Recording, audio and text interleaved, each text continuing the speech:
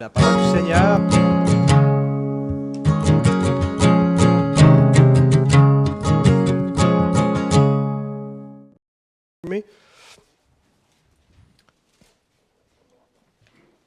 Nous allons lire le texte. C'est par la foi que Noé, divinement averti des choses qu'on ne voyait pas encore et saisi d'une crainte respectueuse, construisit une arche pour sauver sa famille. C'est par elle qu'il condamna le monde et devint héritier de la justice qui s'obtient par la foi. Nous allons prier. Seigneur, merci pour ta parole qui nous rapporte et qui nous explique ce passage du déluge et la vie de Noé, comment il a cru, Seigneur, et nous voulons ce matin plonger nos regards dans cette parole et voir ce qu'elle nous apprend sur la nature de la foi, pour en tirer exemple, Seigneur, pour notre propre foi à nous.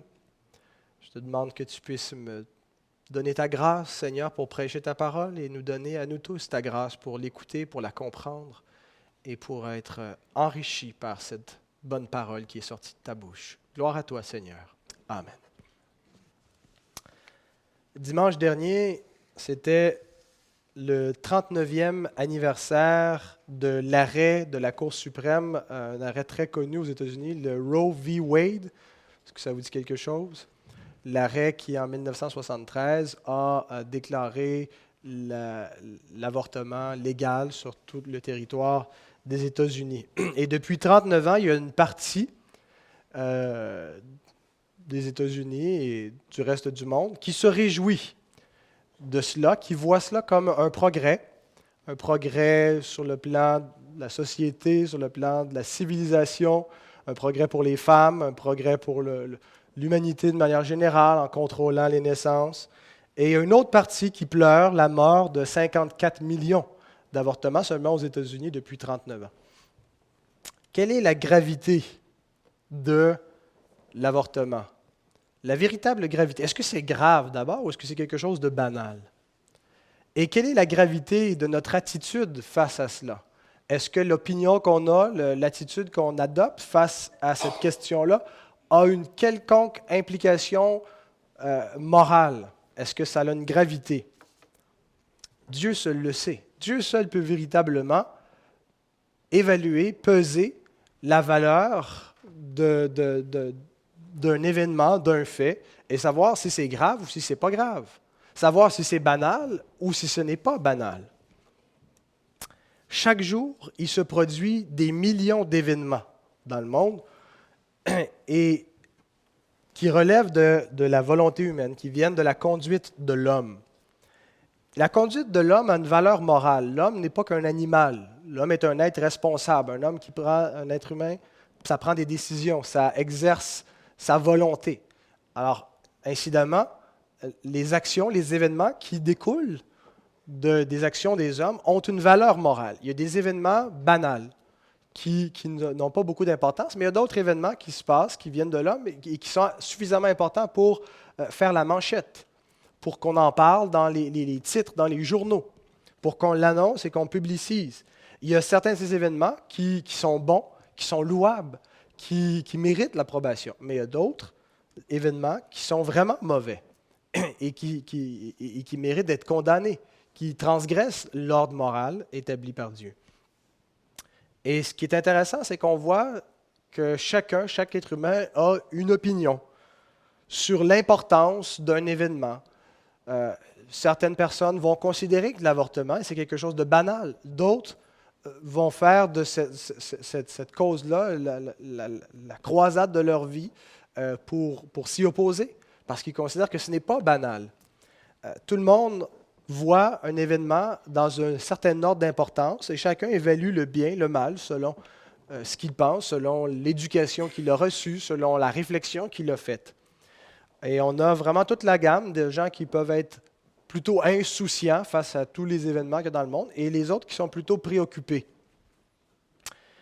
Quelle est donc la gravité de la conduite de l'homme? Est-ce qu'il y a même une gravité? Est-ce qu'il faut parler de la conduite humaine comme quelque chose qui peut être grave? Quelle est la conséquence, la gravité des pensées que l'homme a? de penser d'une certaine manière, la mentalité que l'homme entretient, qu'il répand par son langage, par sa façon d'exprimer les idées qu'il véhicule et les débats dans la sphère publique, les arguments qui sont faits. Est-ce que tout ça est banal? Est-ce que tout ça est sans importance, n'a aucune valeur? Quelle est la valeur morale et la gravité de tout ça, des actions de l'homme? L'Écriture dit ceci, Proverbe 21, verset 2. Toutes les voies de l'homme sont droites à ses yeux, mais celui qui pèse les cœurs, c'est l'Éternel. C'est intéressant comme verset. À nos propres yeux, nos voies sont droites. Il va de soi qu'on considère que notre façon de penser, elle est juste. Si on pensait qu'on ne pense pas justement, on changerait de façon de penser. À ses yeux, l'homme, toutes ses voies sont droites. Mais ultimement, c'est Dieu qui évalue la voie de l'homme et qui détermine la gravité, la responsabilité de l'homme. Alors, la conduite de l'homme a une valeur et c'est Dieu qui est juge de cette valeur. Notre tendance naturelle, c'est de banaliser les actions des hommes. Et même si nous sommes chrétiens, nous avons cette tendance naturelle à banaliser, à considérer que le péché est finalement un peu de choses parce que nous le commettons, nous le faisons, et de dire, bah, c'est comme ça, si Dieu n'est pas content, ben, il savait d'avance, hein, il n'y avait qu'à prendre des moyens pour empêcher toutes ces choses. On banalise les actions des hommes. On les accepte assez facilement comme faisant partie du destin et de la fatalité de l'existence. Et lorsqu'on adopte cette attitude de banaliser les actions des hommes et de trouver que ce que l'homme fait, ce que l'homme dit, ce que l'homme pense, les idéologies qui sont véhiculées ne sont pas graves, n'ont pas vraiment d'importance et puis qu'il ne faut pas trop s'en préoccuper, on finit par trouver que le jugement divin à l'égard de l'homme est trop sévère. On trouve qu'il est disproportionné, parfois excessif, et même, on peut avoir parfois l'impression que le jugement de Dieu est mal, est mauvais, qu'il y a quelque chose de méchant dans le jugement de Dieu. Est-ce que vous avez jamais ressenti cette impression en lisant l'Ancien Testament? En lisant, par exemple, les sentences qui étaient prévues dans la loi de Dieu. On lit ça parfois et on se dit, il me semble que Dieu exagère un petit peu. Quand on regarde les jugements que Dieu a exécutés, la conquête de Canaan, par exemple, on a l'impression que c'est excessif. L'exil, le jugement envers son propre peuple, et le déluge est un exemple. On regarde l'événement du déluge, et puis c'est sûr qu'on en fait un événement parfois un peu bucolique, on peut trouver ça bien cute pour les enfants, on a la petite arche, puis on a tous les animaux qui viennent, puis il y a quelque chose de cute, mais finalement, quand on regarde ce qui était véritablement le déluge, c'est un jugement sur l'ensemble de la race et de toutes les espèces, où Dieu a véritablement mis à mort les espèces vivantes, à l'exception de ceux qui étaient rassemblés dans l'arche. Est-ce que ce n'est pas un peu exagéré? Est-ce que ce n'est pas un peu sévère? Est-ce que Dieu n'a pas été un peu vite en affaires, pas mal impatient? Et si nous avons tendance à banaliser la conduite de l'homme et à trouver que ce n'est pas si grave son comportement, c'est effectivement l'impression qu'on va avoir vis-à-vis du jugement de Dieu. On va trouver que le jugement de Dieu n'est pas justifié.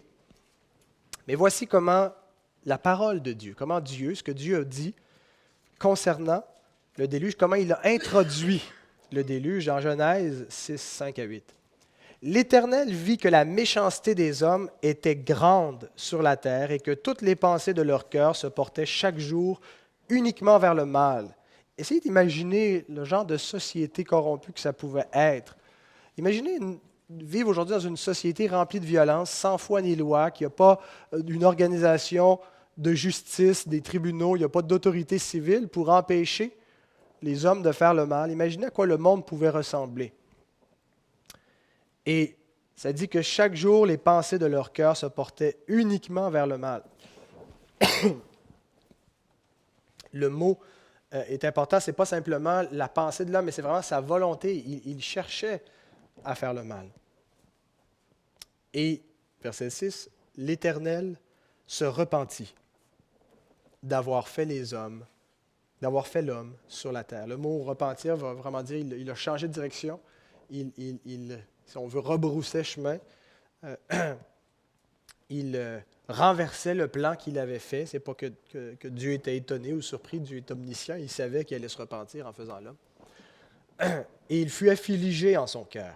Et l'Éternel dit, « J'exterminerai de la face de la terre l'homme que j'ai créé, depuis l'homme jusqu'au bétail, aux reptiles et aux oiseaux du ciel, car je me repens de les avoir faits. » Mais Noé trouva grâce aux yeux de l'Éternel. Hein? Je l'avais dit. Le verdict de Dieu ne peut pas ne pas être juste. Aux yeux de l'homme, toutes ses voies sont justes, mais c'est l'Éternel qui pèse les cœurs. C'est l'Éternel qui a le vrai verdict. Quand il y a une contestation entre deux hommes, il peut en avoir un qui a raison, l'autre tort. Les deux peuvent avoir tort, mais une chose est certaine, Dieu, dans n'importe quelle contestation, a toujours raison. Il est Dieu, c'est lui qui est l'arbitre ultime, c'est lui qui détermine ce qui est bien et ce qui est mal. C'est lui qui juge. Et lorsque Dieu exprime ce verdict, qu'il voit sa création et qu'il regarde la méchanceté des hommes, l'injustice qui avait cours, et qu'il émet ce jugement, il déclare qu'il va faire venir une punition sur l'humanité, il va détruire l'homme, il va les exterminer. Son jugement est juste. Et si nous ne trouvons pas que son jugement est juste, le problème n'est pas du côté de Dieu, il est de notre côté. Si nous avons un problème avec la justice de Dieu, nous avons un problème. Nous devrions approuver Dieu et non l'homme. Et apprendre à dire comme le psalmiste, il dit au chapitre 9, versets 19 à 20, « Lève-toi, ô Éternel, que l'homme ne triomphe pas. Que les nations soient jugées devant ta face, frappe-les d'épouvante, ô Éternel, que les peuples sachent qu'ils sont des hommes. » Nous devrions soupirer en nous, non pas pour le triomphe de l'homme, mais pour le triomphe de Dieu. Et le triomphe de Dieu n'est pas contre l'homme. Il est pour l'homme, mais pour l'homme soumis à Dieu. Et il n'y a aucun être, aucun homme qui va tenir, qui va réussir à s'opposer ultimement à Dieu. Je me souviens une fois qu'on évangélisait dans le parc Labelle il y a quelques années, et on était tombé sur des punks qu'on connaissait, on ne les aurait peut-être pas approchés autrement, on les connaissait de la polyvalente, puis on a commencé à leur parler du Seigneur, et un qui s'est levé avec beaucoup de confiance en disant que quand elle est arrivée devant Dieu, alors, il n'était pas athée, il croyait qu'elle allait arriver un jour devant Dieu, comment il allait le défier, l'insulter, puis il nous disait ce qu'il allait lui dire, c'était pas agréable à entendre. Et je me dis, il ne sait vraiment pas de quoi il parle. Il ne sait vraiment pas qui est Dieu. Et dans mon cœur régénéré, il y avait ce désir, Seigneur, que l'homme ne triomphe pas, qu'il sache que l'homme est homme et que Dieu est Dieu. Et que c'est Dieu qui va avoir le dernier mot. Parce que si l'homme a le dernier mot, l'homme commet des injustices, l'homme commet des actions impies, des actions qui sont effroyables. On en entend quotidiennement dans les journaux des actions effroyables. On ne veut pas que l'homme triomphe. On veut que Dieu triomphe, que sa justice triomphe. Et on veut être du côté de Dieu en triomphant. On veut être de ceux qui sont soumis, de ceux qui sont rangés de son côté, de ceux qui sont avec Dieu. Alors voici ce qui est arrivé. Genèse 6, 11 à 22. J'ai enlevé quelques versets pour synthétiser. La terre était corrompue devant Dieu, la terre était pleine de violence. Dieu regarda la terre et voici, elle était corrompue, car toute chair avait corrompu sa voie sur la terre. Alors Dieu dit à Noé, « La fin de toute chair est arrêtée par devers moi. » C'est-à-dire, c'est déterminé devant moi, la fin est venue. C'est un jugement, c'est arrêté dans mon esprit. Car ils ont rempli la terre de violence. Imaginez, ils ont rempli la terre de violence. Il y a des crimes, il y a de l'inceste, il y a des abus, il y a des viols, il y a toutes sortes d'injustices qui se commettent du soir au matin devant moi. Voici, je vais les détruire avec la terre. Fais-toi une arche de bois de gopher. Verset 17. Et moi, je vais faire venir le déluge d'eau sur la terre pour détruire toute chair ayant souffle de vie sous le ciel. Tout ce qui est sur la terre périra. Mais j'établis mon alliance avec toi. Tu entreras dans l'arche, toi et tes fils, ta femme et les femmes de tes fils avec toi. De tout ce qui vit, de toute chair, Tu feras entrer dans l'arche 2 de chaque espèce pour les conserver en vie avec toi. Et il y aura un mâle et une femelle. C'est ce que fit Noé. Il exécuta tout ce que Dieu lui avait ordonné.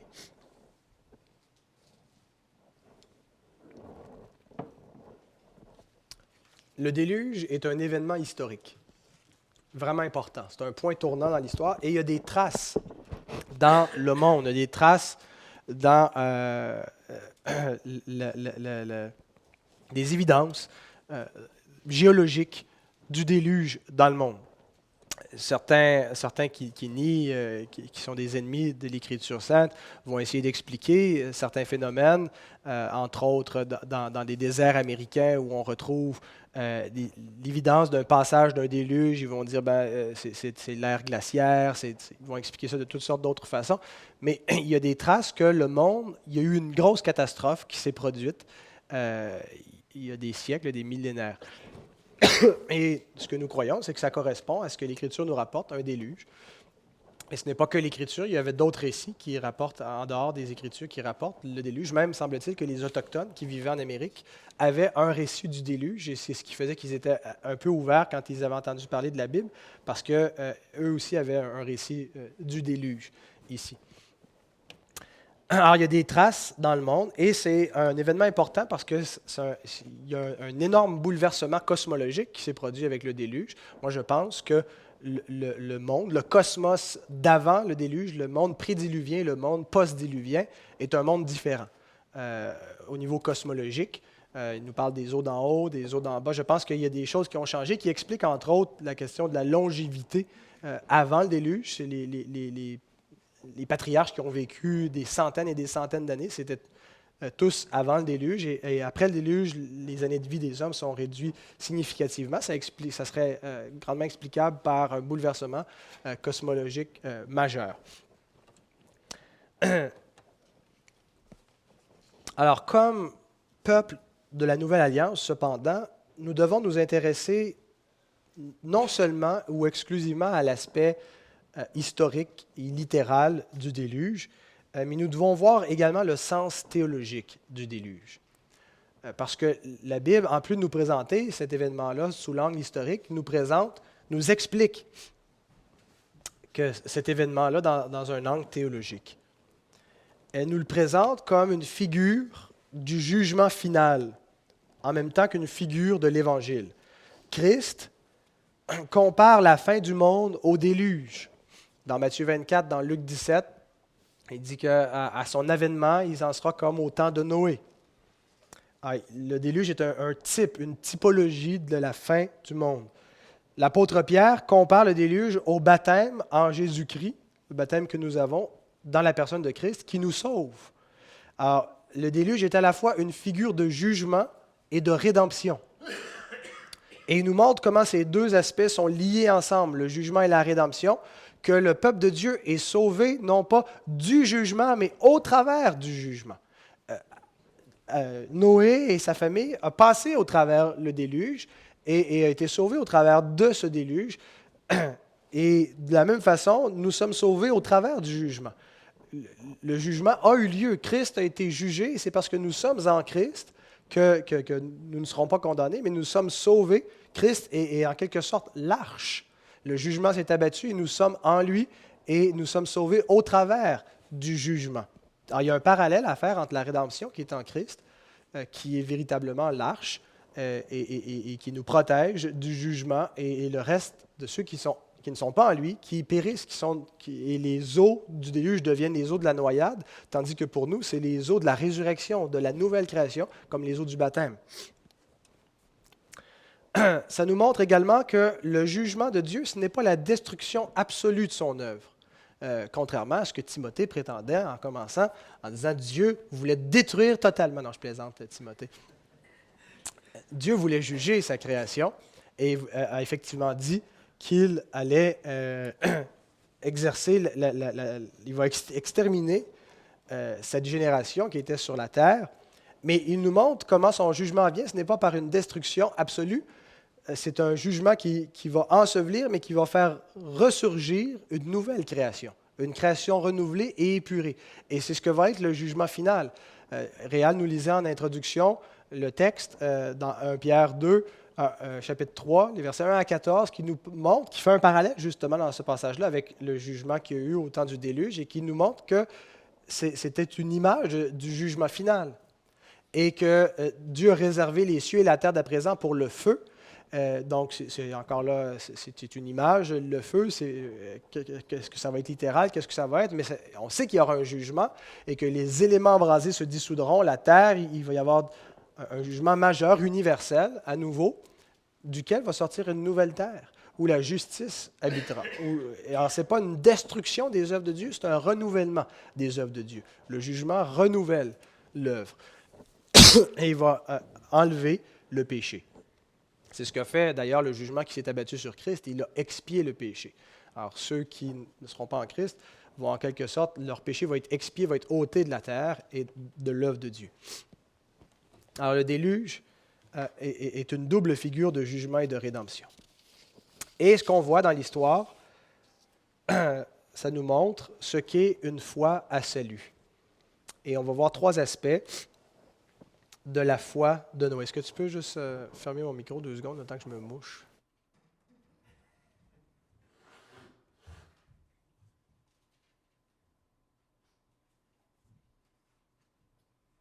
Alors, 3 aspects de la foi de Noé. D'abord, c'est une foi avertie. Deuxièmement, c'est une foi agissante. Et troisièmement, c'est une foi triomphante. C'est par la foi que Noé, verset 7, divinement averti des choses qu'on ne voyait pas encore. Il fut averti par Dieu. La foi est toujours en réponse à la révélation. La foi ne peut pas s'exercer dans le vide. Si on croit quelque chose. Et si notre foi est véritable, il faut que le quelque chose qu'elle croit soit la vérité. Et pour que ça soit la vérité, il faut que ça soit sorti de la bouche de Dieu, parce que ta parole est la vérité, dit le Seigneur Jésus. Alors la foi est toujours en réponse à la parole de Dieu, à la révélation de Dieu. Dieu a averti Noé, il lui a annoncé quelque chose qui n'était pas encore visible.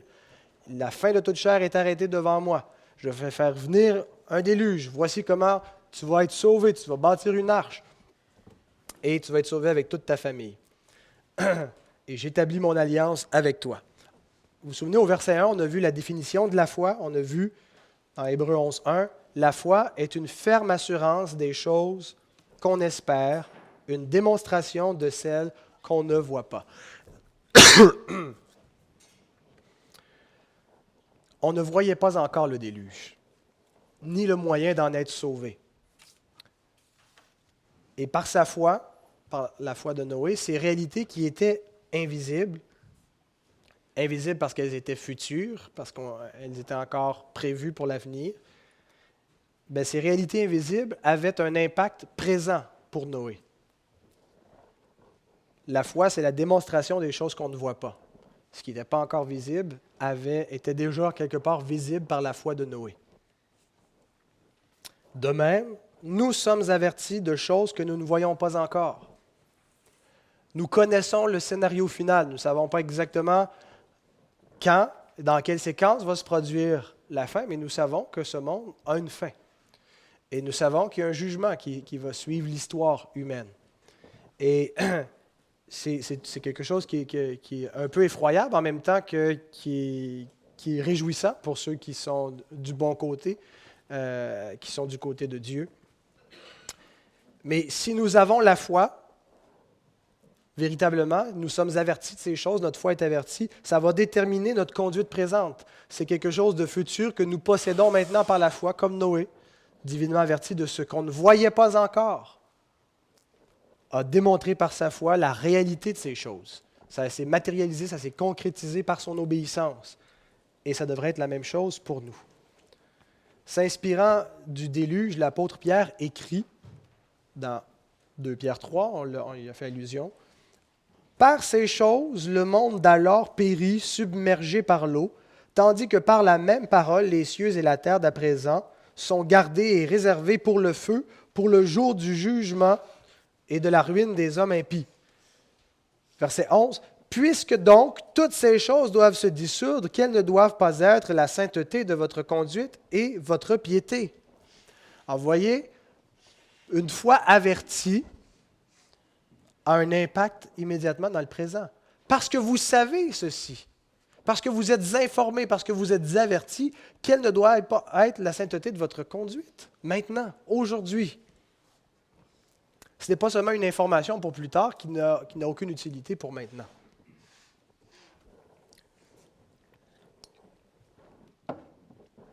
Alors, conséquemment, une foi avertie est une foi qui agit. Deuxième point, une foi agissante.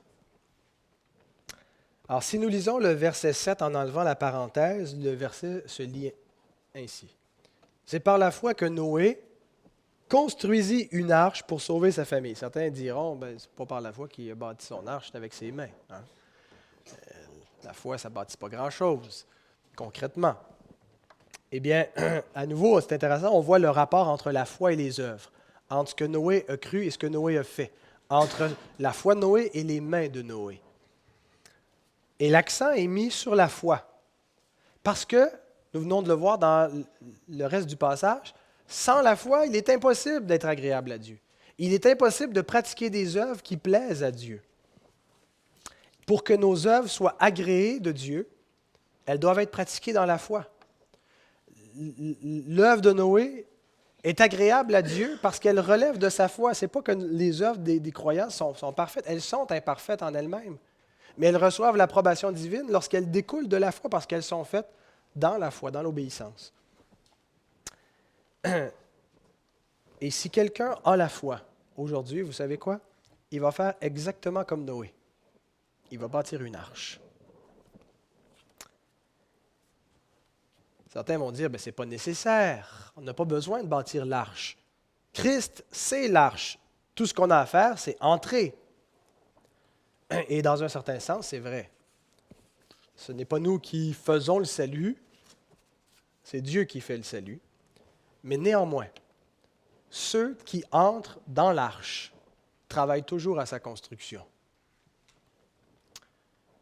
Vous connaissez ce verset de l'apôtre Paul dans l'Épître aux Philippiens, chapitre 2, versets 12 à 13. « Travaillez à votre salut, travaillez à votre arche, avec crainte et tremblement, car c'est Dieu qui produit en vous le vouloir et le faire selon son bon plaisir. » Alors, on a vraiment ici la souveraineté de Dieu. C'est Dieu qui produit le vouloir et le faire, mais avec cet impératif de travailler à ce salut, à la construction. Ça ne veut pas dire qu'on se sauve nous-mêmes par nos œuvres, mais ça veut dire que nous travaillons au projet de rédemption. Le projet divin de rédemption, nous avons été rachetés par le Christ, c'est exclusivement son œuvre, mais pour la diffusion de cet évangile, pour l'édification de l'Église de Christ qui consiste à ce que les élus de Dieu soient appelés au travers du monde en entendant l'Évangile et ils viennent dans l'Église et soient édifiés et mettent leurs dons au service de Dieu en les mettant au service des autres dans le monde. Et c'est comme ça que l'Église s'édifie. C'est ça, bâtir l'arche. C'est ça, travailler au salut avec crainte et tremblement, travailler à son propre salut, mais travailler au salut des autres. Non seulement nous travaillons à notre salut, mais nous le faisons pour les autres. On le fait lorsqu'on prie. Ce n'est pas en vain que nous prions. Lorsque nous prions, nous bâtissons avec Dieu. Lorsque nous intercédons pour les gens qui sont autour de nous, qui ne connaissent pas Dieu, la prière est efficace et elle produit des fruits. Lorsque nous donnons sacrificiellement pour l'avancement de l'œuvre de Dieu, lorsque nous mettons à part dans notre budget une portion qui sert à entretenir l'Église, à libérer des hommes pour le ministère, à permettre la consécration, à mettre en onde une station de radio et ainsi de suite. Nous bâtissons cette arche. Nous travaillons à l'édification du corps de Christ. Lorsque nous annonçons l'Évangile, nous le faisons. Lorsque nous témoignons, lorsque nous vivons comme des croyants. Notez que Noé construisit une arche pour sauver sa famille. Nous cherchons également à sauver notre famille, à sauver les gens autour de nous, à ce que nous prions pour le salut des nôtres. Nous nous efforçons que nos enfants viennent à la foi. Nous leur enseignons l'Évangile, nous leur démontrons par tous les moyens que la parole de Dieu, elle est solide. Parce que comme Noé, nous voulons que nos enfants soient dans l'arche. Nous sommes co-bâtisseurs avec Christ. Noé n'a pas gardé secrètement la parole de Dieu. Dieu a averti Noé de ce qui allait arriver. Et il ne s'est pas caché pendant des années, il ne s'est pas tu pour éviter de déranger. Il a annoncé la parole de Dieu. Sur quoi est-ce qu'on se base pour dire ça? Bien, d'abord, Pierre, dans 2 Pierre 2,5, dit qu'il était un prédicateur de la justice. Noé, ce prédicateur de la justice. Alors, c'était un prédicateur. Il nous dit aussi dans sa première épître, chapitre 3, versets 18 à 20, que l'Esprit de Christ, je n'ai pas mis les versets, parlait au travers de lui, au travers de Noé, pour attester aux esprits rebelles qui maintenant sont en prison, sont perdus. Il leur annonçait les choses qui allaient arriver. Nous sommes de même tous des prédicateurs dans le monde. Frères et sœurs, c'est bien important que nous tous, nous comprenions que nous sommes des prédicateurs. Pas tous dans le sens d'être un ministre de la parole, mais nous sommes tous des prédicateurs de la justice comme Noé. Nous avons tous le devoir d'annoncer la parole de Dieu à ceux qui nous entourent. Et lorsque nous agissons ainsi, lorsque nous bâtissons ainsi l'arche, lorsque nous vivons de telle manière en prévoyant qu'il y a un déluge qui s'en vient, et en se préparant, et en attestant aux autres, et en faisant tout pour bâtir cette arche, comme je l'ai énuméré par la prière, par les offrandes, nous montrons que nous croyons vraiment. C'est ça une foi agissante. On ne peut pas ne pas parler, on ne peut pas ne pas bâtir l'arche si on croit vraiment ce qu'on dit croire. C'est absolument impossible. Si nous sommes persuadés de l'Évangile, c'est impossible que nous ne soyons pas des bâtisseurs avec Christ. Absolument impossible. Les apôtres disent, lorsqu'on leur ordonne d'arrêter de parler au nom de Christ, « Nous ne pouvons pas ne pas parler de ce que nous avons vu et entendu. » On ne peut pas vous obéir, on ne peut pas ne pas le dire. L'apôtre Paul affirme, « Malheur à moi si je n'annonce pas l'Évangile. » Si nous croyons vraiment l'Évangile, c'est impossible qu'on ne puisse pas en parler. C'est impossible qu'on ne puisse pas se préparer. C'est impossible qu'on ne puisse pas démontrer par notre conduite de bâtisseurs d'arches que nous sommes des croyants. La foi se démontre toujours parce qu'elle est agissante.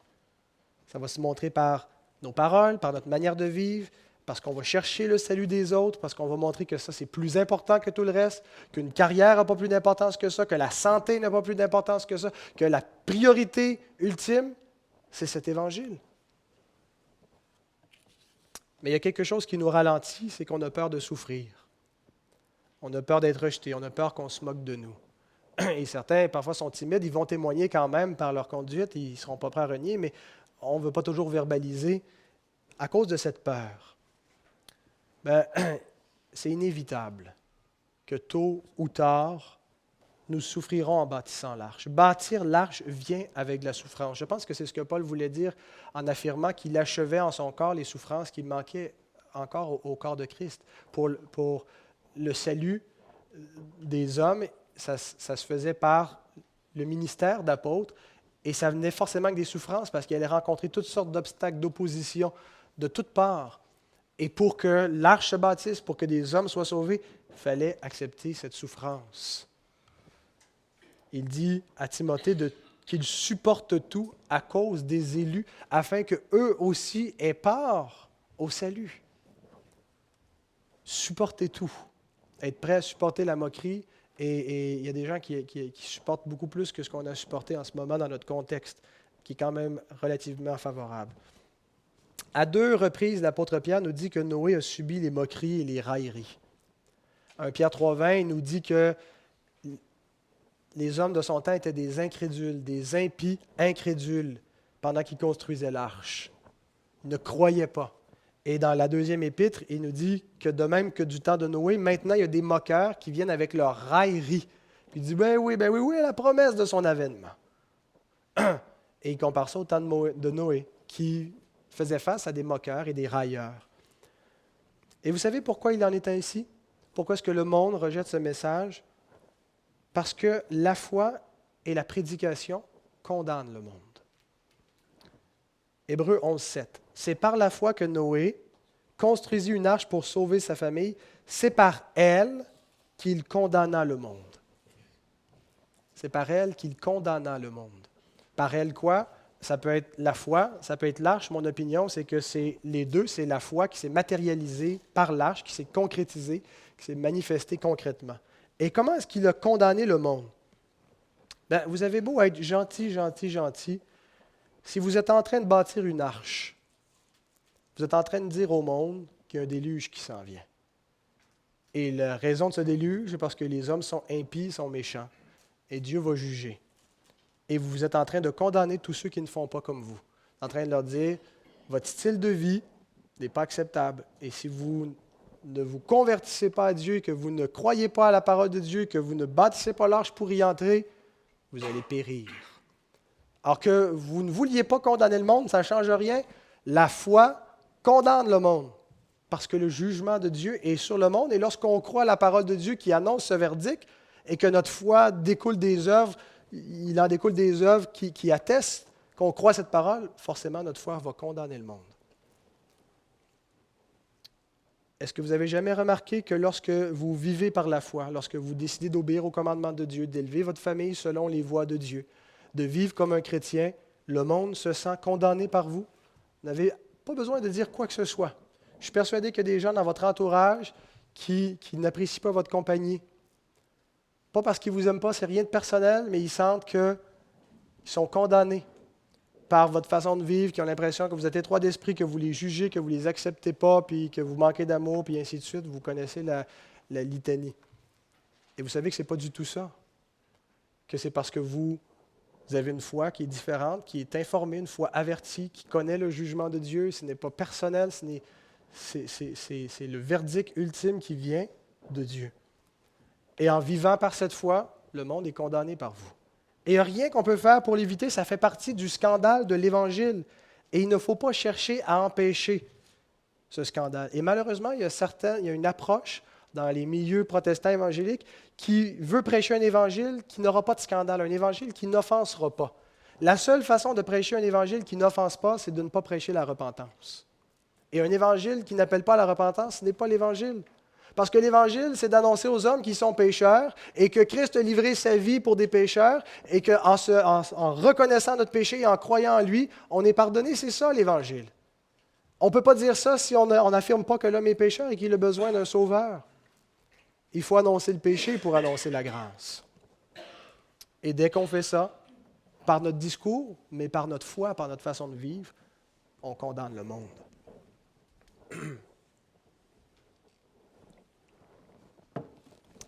Étant divinement averti, Noé a réglé toute sa manière de vivre, de manière à annoncer l'Évangile à tous, de sorte que personne n'est excusable. Mais vous voyez, il n'a pas eu beaucoup de succès comme évangéliste. C'est un peu décourageant quand on regarde Noé. Hein? Il ne pouvait pas montrer qu'il était plus convaincu. Il était vraiment persuadé. Là, pour bâtir une arche comme ça, il n'y avait pas de plan d'eau à côté. Il se bâtit une arche pendant des années, des années. Il était persuadé. Mais l'Écriture nous dit qu'il y a seulement un petit nombre de personnes, c'est-à-dire 8, qui furent sauvées. Lui, sa femme, ses 3 fils et les femmes de ses fils. Comment supporter toute cette souffrance pendant des années pour si peu de résultats? Les gens qu'on a côtoyés, on dit que c'était une génération d'impies, on imagine que c'était relatif, il y en avait des pires que d'autres. Il y avait peut-être un voisin qui n'était pas détestable. Comment savoir que toute cette génération-là est emportée dans le déluge et qu'on supporte la moquerie, on supporte l'incrédulité, on supporte cette opposition pour si peu de résultats? Il y a un élément important, je pense, qui répond à cette question-là au verset 7, qui nous dit qu'il a été saisi d'une crainte respectueuse. Nous pouvons être animés soit par la crainte des hommes ou par la crainte de Dieu. Et ça va nous mener à des chemins opposés. On peut vivre selon le monde, se conformer à la mentalité, à notre génération, à ce qui est en vogue, ce qui est approuvé, ou on peut vivre selon Dieu, qui implique de souffrir. La crainte de l'homme, l'Écriture nous dit, c'est un piège. Lorsqu'on veut plaire aux hommes, lorsqu'on veut faire partie de la gang, qu'on veut être in, qu'on ne veut pas passer pour des arriérés ou peu importe. Et c'est vraiment fort, la crainte de l'homme. Les gens qui se disent souvent fiers et orgueilleux, en fait, sont souvent remplis de la crainte de l'homme. Ils ne veulent surtout pas perdre la face, ils ne veulent surtout pas avoir l'air de personnes étranges et bizarres. Ou lorsqu'on se donne un style un peu plus bizarre, c'est pour susciter la crainte de l'homme. Comment est-ce qu'on peut être délivré de la crainte de l'homme? Délivré de ce souci de plaire ou qu'on dise du bien de nous? Il y a une seule chose, il y a un seul remède, c'est la crainte de Dieu. La crainte de Dieu, c'est ce qui délivre de la crainte de l'homme. Et cette foi, la foi avertie, la foi agissante, qui supporte tout parce qu'elle craint Dieu, c'est une foi qui vaut la peine parce que c'est une foi triomphante. Et je termine rapidement avec ça. Une foi triomphante. En disant, le texte, lorsqu'il dit que Noé condamna le monde par sa foi et par l'arche, il est sous-entendu qu'il a vaincu le monde. Les moqueurs, les incrédules, les impies qui commettaient des violences ont péri. Noé a été victorieux. Et il en va de même pour nous. L'apôtre Jean nous dit, 1 Jean 5,4, « Tout ce qui est né de Dieu triomphe du monde, et la victoire qui triomphe du monde, c'est notre foi. » On n'envisage pas toujours notre foi comme un combat contre le monde et le salut comme notre victoire, mais il en est pourtant ainsi. Le salut de Noé, la délivrance, la rédemption qu'il a eue au travers du déluge était figuratif uniquement. C'était sur le plan terrestre. C'était sur le plan de la vie matérielle, de la vie terrestre. Mais ce déluge figurait, et ce salut figurait le vrai salut, la vraie rédemption, que Noé a aussi obtenue. Et je trouve ça intéressant que l'auteur termine en soulignant ce fait-là. Il dit que Noé devint héritier de la justice qui s'obtient par la foi. Ce n'est pas banal comme affirmation, c'est fondamental. La foi obtient des victoires terrestres. Le chapitre 11 est rempli d'exemples. L'exemple de Noé en est un. Par la foi, il a eu cette victoire terrestre, il a été délivré du déluge. Mais l'auteur termine le récit de Noé en soulignant que la vraie victoire, c'est d'être héritier de la justice par la foi. Ça, qu'est-ce que ça veut dire? C'est la justification par la foi. L'Évangile, c'est la justification par la foi. Nous sommes gratuitement justifiés, non pas par nos œuvres, mais en croyant la parole de Dieu et spécifiquement en croyant l'Évangile de Dieu, la promesse de salut que Dieu va opérer par son Fils. Et lorsque nous croyons cela, nous devenons héritiers de la justice. Nous sommes déclarés justes par Dieu. Peu importe ce que nous avons fait, nous sommes pardonnés, nous obtenons la vie éternelle. C'est ce que Noé a obtenu par la foi. Et c'est la véritable victoire, c'est le véritable triomphe. Et c'est grandement important de le rappeler parce qu'on a tendance à l'oublier. Nous espérons souvent et trop souvent, nous limitons notre attente à des bénédictions, à des victoires terrestres. On veut la santé, on veut une victoire dans notre conduite, on veut que Dieu réponde à nos besoins, on veut que Dieu nous donne un emploi, que Dieu nous donne un époux, une épouse, des enfants. Et tout ça est bien. Et la foi va effectivement obtenir des victoires et des bénédictions terrestres. Et je ne suis pas en train de dire qu'il faut les exclure. Mais peu importe les bénédictions terrestres qu'on va avoir et celles qu'on n'aura pas. Parce qu'on n'a pas de promesse, on n'a pas de garantie à ce niveau-là. Ce qui compte véritablement, c'est la victoire du salut. Et terminons en lisant ce verset où Jésus s'adresse à ses disciples après leur avoir donné un pouvoir qui était véritablement une bénédiction terrestre. Il leur dit ceci: « Voici, je vous ai donné le pouvoir de marcher sur les serpents et les scorpions et sur toute la puissance de l'ennemi, et rien ne pourra vous nuire. Cependant, ne vous réjouissez pas de ce que les esprits vous sont soumis, mais réjouissez-vous de ce que vos noms sont écrits dans les cieux. » Rappelons-nous cela. Notre véritable victoire, la véritable victoire de la foi, c'est que nous sommes héritiers de la justice, ce qui implique que nos noms sont écrits dans les cieux. Gloire à Dieu pour sa bonne parole. Amen.